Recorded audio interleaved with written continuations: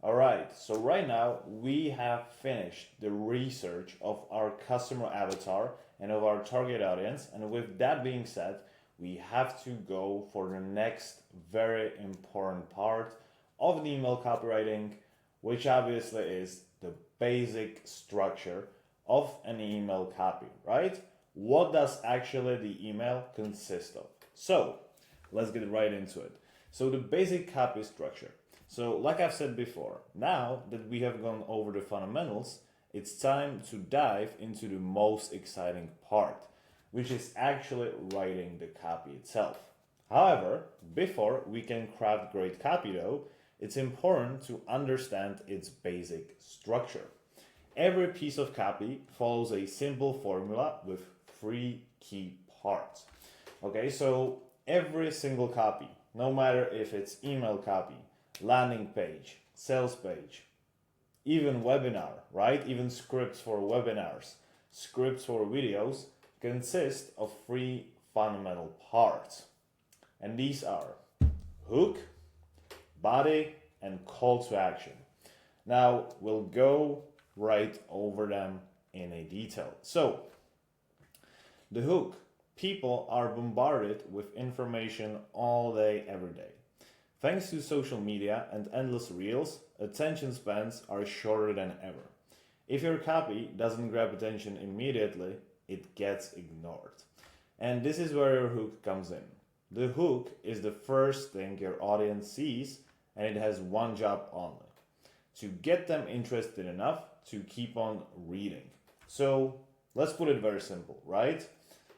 Let's just imagine a hook is like an introduction in real life, right? And if you introduce yourself to some other person, maybe it's a woman, maybe it's a friend, whoever, and you make a bad first impression, you're pretty much cooked.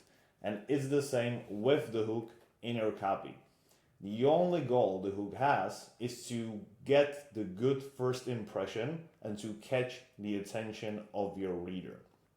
Because let's face it, no matter how good the rest of your copy is, if you don't spark attention and mystery, and if you don't get people interested in reading the rest of your email, your entire job basically goes to the waste, right? So it is very, very important that your hook stands out and captures attention. And like I've said, if your hook is dull, your audience will scroll right past it, and the rest of your copy won't even matter. In simple terms, the hook is the door to your copy. If people don't open that door, they'll never see what's inside. Hooks vary depending on the type of copy you're writing. So for example, in a sales letter, the hook is the headline. In an email, it's the subject line and the opening sentence. On a landing page, it's the headline. And for an ad, it's the title or the first line. And like I've told you, your hook has to spark curiosity, speak directly to your audience's needs, or promise them something valuable. Do it right, and they'll want to know more. So, like I've told you, you have to create good first impression. That's all that there's to it. I'll teach you how to write good hooks in the following lessons, but for now, just know that very good hook has to spark attention, and it has to make them interested in reading more, okay? Now the body of your copy.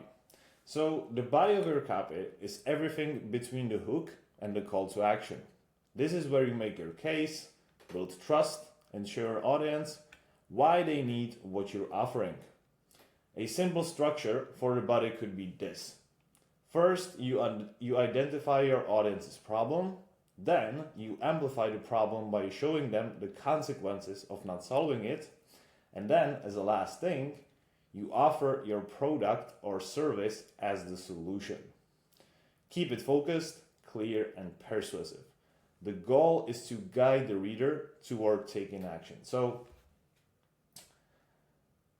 the body of the copy, if I'm being completely honest and very simple, is just the content of the email itself, right? Now, at the end of this lesson, I'm gonna show you what the email looks like actually, and like what the actual parts look like. But just for now, know that after they read your hook, which should be good, like I've told you before, then you have the body of the copy, which is the content itself, right? Which is where you solve the problem, where you talk about something interesting, where you tell some kind of story, where you show them your product, whatever, right? It's just the content of the email, okay? Nothing more, nothing else. We don't need to overcomplicate something that's not complicated. And then we have call to action, which stands for CTA. So the CTA is where everything comes together. It's the final piece of your copy and tells the reader exactly what to do next. Whether it's clicking a link, making a purchase, signing up for a newsletter, or scheduling a call, the call to action is what turns your copy into results. Be clear, direct, and confident about what you want the reader to do. So with the call to action, this is very simple, right? Now to be very clear with you, the call to action basically tells your audience what to do, and like the call to action accomplishes whatever you want your audience to do, right? So if you want them to purchase, it tells them exactly what to do in order to purchase. If you want them to sign up for some other newsletter, it tells them how to sign up for the newsletter. If you want your audience to watch the video or watch your content on social media, for example, it tells them what steps to take in order to watch that video or take that action you want them to take, okay? Now, the most important rule for call to actions, and again, I'm gonna teach that into following modules, so don't get caught up too much into this, but essentially, what you have to do with your call to action is to give them super clear, super simple direction that everybody can understand, okay? If it's anything complicated, I'm telling you, it's gonna hurt your conversion rates. And the reason for that, I hate this to tell you, but most people are actually stupid, right? And I'm not saying this to offend anybody, but it's just true. The average reading level is somewhere between 5th and 7th grade, which is somewhere around 12 years old. So you literally have to tell your audience in a way that's so easy to understand that even 12-year-old child can understand what you're telling them, right? So to put it into context, your call to action has to be super simple. Just tell them, scroll down, click on the button on the right, and enter your email address and sign up. Super simple, right? Now, the next part of these parts of the copy are the copywriting formulas, which are PAS, AIDA, and PWAT. Now, with these formulas, I'm going to teach you how to actually structure your email in a way that makes your readers interested and ready to buy and ready to do whatever you want them to do, okay? This is very simple because right now I've shown you the skeleton of, the entire copy, which is hook, body, and call to action. And now I'm going to tell you how to actually put the muscles and the skin and the organs on your skeleton so that your email is complete and does its job, which is to convert. Okay, so let's get into it. So the first one is PAS, problem, agitate, and solve. Now, what you should do in this structure is to first define the main problem. Okay, now when you define the main problem, you should follow a very simple rule. The problem has to be clearly defined. So no guesswork, no philosophical thoughts, no long talks, long sentences. just go straight into the point in a way that's super easy to understand. You have to define the problem so easily that even if I wake you up in the middle of the night, you will be clearly able to recognize what I'm writing this email about. Okay? Because let me guys tell you this. The confusion is the biggest killer of conversion. Okay? Because if your audience doesn't know what you're writing about, trust me, they will never ever be searching for the grand meaning of your copy, right? Super simple. Now the next part, which is to agitate. Now, in this case, you have to explain why the problem is so frustrating or painful. You have to twist the fork inside their stomach, if I'm gonna be completely honest. Now, what does this mean to twist the fork in their stomach? It is very simple. So, if you really think about it, right, people never take action unless the problem is very acute, right? You can see it for yourself, right? You can see it in daily problems, you can see it in daily life. Unless the problem isn't something that directly, puts you in danger or directly influences your life in a bad way, you will postpone it, right? You will delay, you will procrastinate. And if the problem that you're giving them, right, is not acute enough, right? If it's not something like that's gonna leave them thinking, oh, this is like, I have to actually do something about this. This person is right. They will never act on your email. So for this case, right, what you want to do is, like I've said, you have to twist the fork inside their stomach.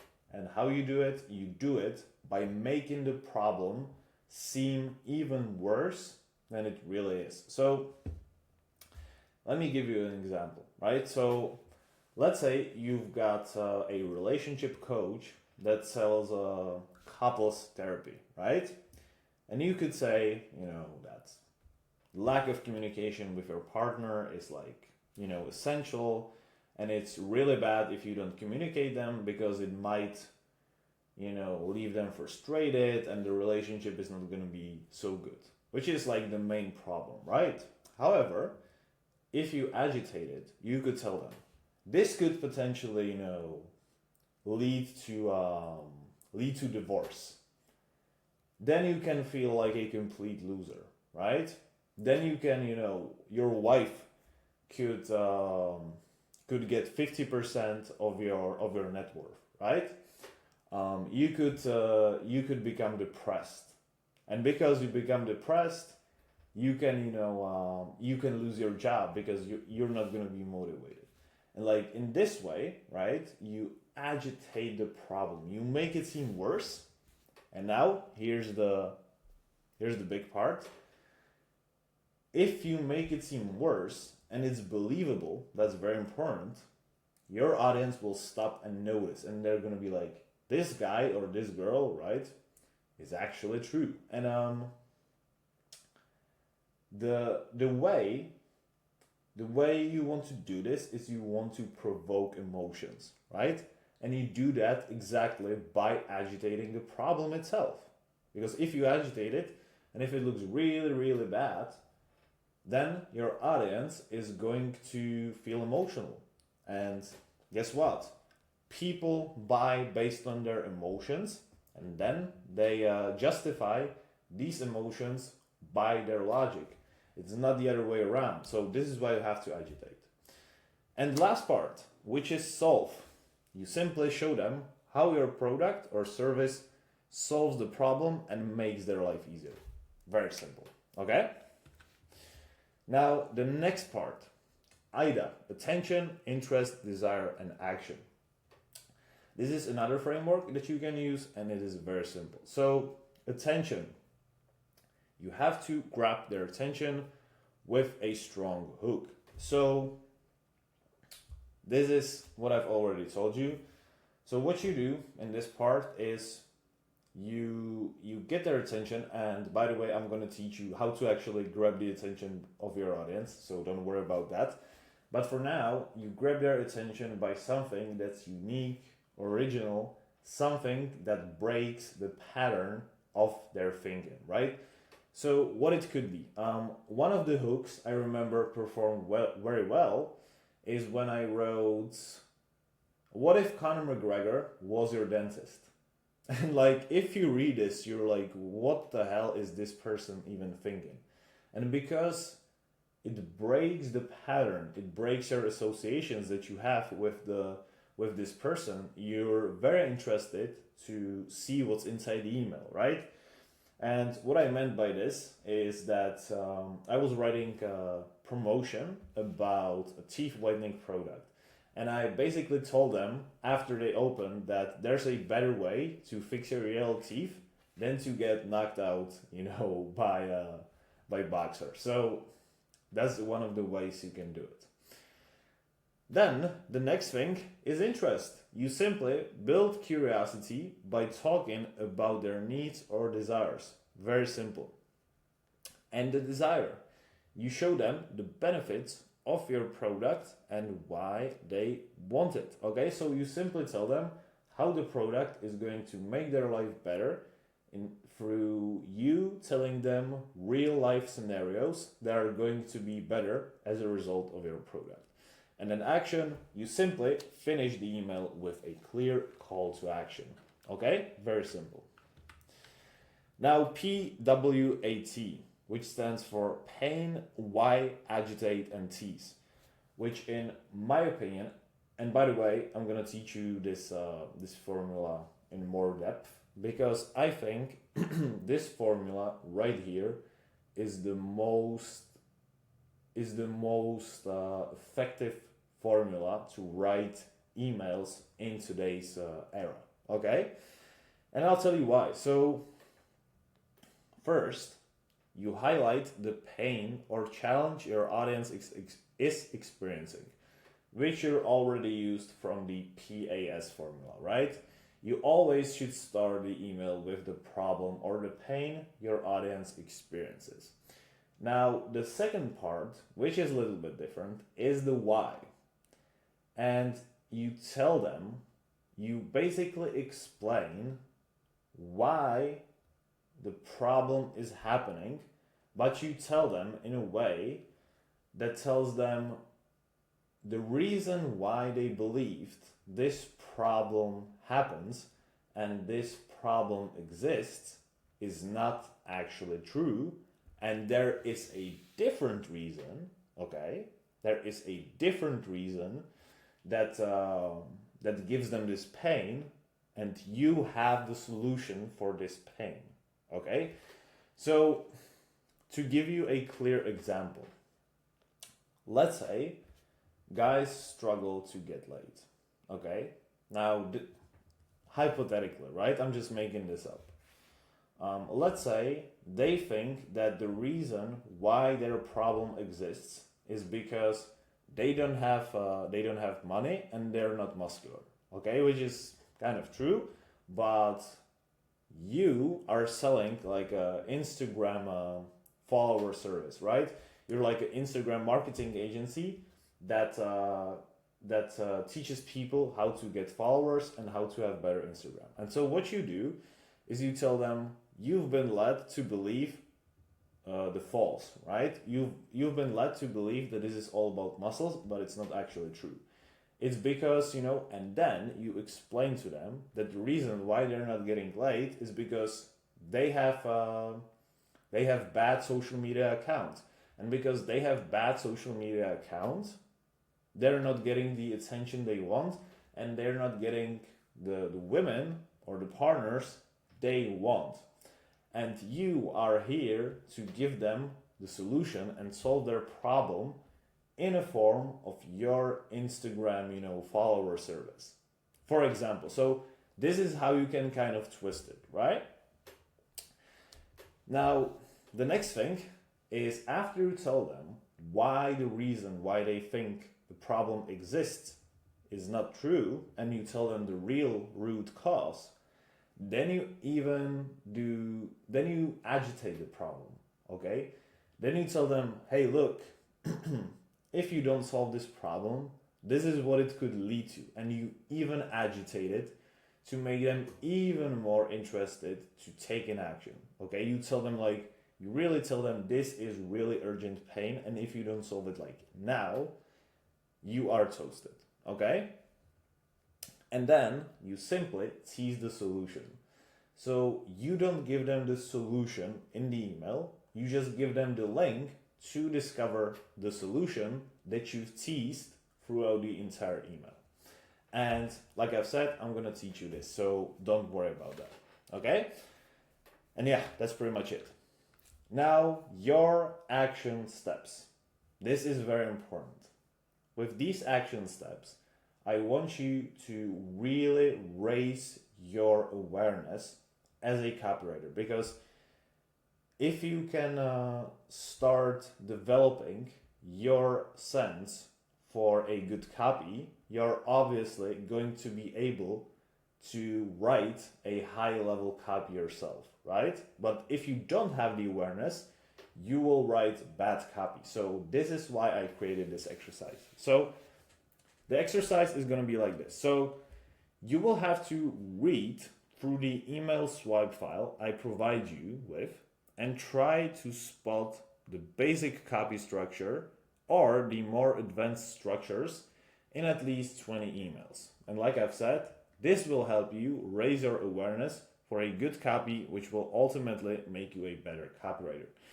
Now, I'm gonna quickly open one email and show you what I mean by this, okay? Okay, so this is a perfect email for analysis, okay? So this email right here has the PWAT structure, okay? So pain, where is the pain? So an Indonesian scientist has revealed the real root cause of your stubborn belly fat. So right here, he's clearly defining the problem, which is the stubborn belly fat. And it's not what you think. So he tells them the reason why they think the problem exists is not true, right? So he already covers these two aspects in this first line, okay? 95% of trial participants lost at least 25 pounds with this bizarre blue tonic ritual, and the average weight loss in the group was 53 pounds. So what they do in there, they tease the solution, right? And how do they tease it? They give you the results, which obviously they know are very attractive for the target audience, but they give you the results without actually telling you the solution, right? They only tease the solution by giving the results away, but not by giving the solution away. Very simple. Try this for yourself tonight. Oriental blue tonic melts fat as you sleep. So they give you call to action where they tell you, try this out. This blue tonic melts fat overnight, but they never tell you how it actually works, right? They tease the solution without giving away the info. And here they amplify the problem, okay? Stop wasting time with fat diets and workout plans. Simply take 1 scoop of the blue tonic before bed and watch as the fat melts away by morning. So here they amplify the problem, right? Stop wasting time with fat diets and workout plans. Super simple. So this is pretty much it. This is what you have to do. Now, I will show you one more email just to show you like the structure of it so that you can get the basic understanding. But basically what I want you to do, I want you to sit down, read through the swipe file I provided you with, and just try to analyze and spot different sections of the email, whether it is PAS, PWAT, just try to now, to be pretty honest with you, there is no right or wrong answer, okay? I just want you to raise your awareness and to just sit down and be like, okay, where do they define this problem, okay? Where do they give the solution? Okay, where do they give the call to action? Where they tell you what to do, right? What is the hook? What is the headline? What is the body of the copy? What is the call to action? All these basics, right? And that's pretty much it. Now I'm just going to show you, like I've said, like 20 seconds ago, I'm gonna show you the basic structure of the email in real life. Right here I've shown you like the advanced, structure, which is PWAT. And now I'm gonna show you like the basic, just to tell you what is the hook, what is the body, and what is the call to action. Okay, so here we have a dating email, specifically getting your ex back, and this is a very good email. It's generated like probably like $500,000 in revenue. And so we're gonna have a look at this because this is a very good email. So what's the hook of this email? So if you miss your ex so badly you can barely function, if you lie in bed at night, tossing and turning, if you would do anything to make her come back to you, begging for another chance, then you need to watch this. So this is the hook right here, okay? This is so strong and so relatable that it will make your readers, if there are the target audience, it will make them want to read more, because this is so relatable, right? If you miss her so badly you can barely function, this will make your audience stick because it resonates. So this is a hook, right? This is a hook, which is the first line of the email, and this is also the hook, which is the headline, right?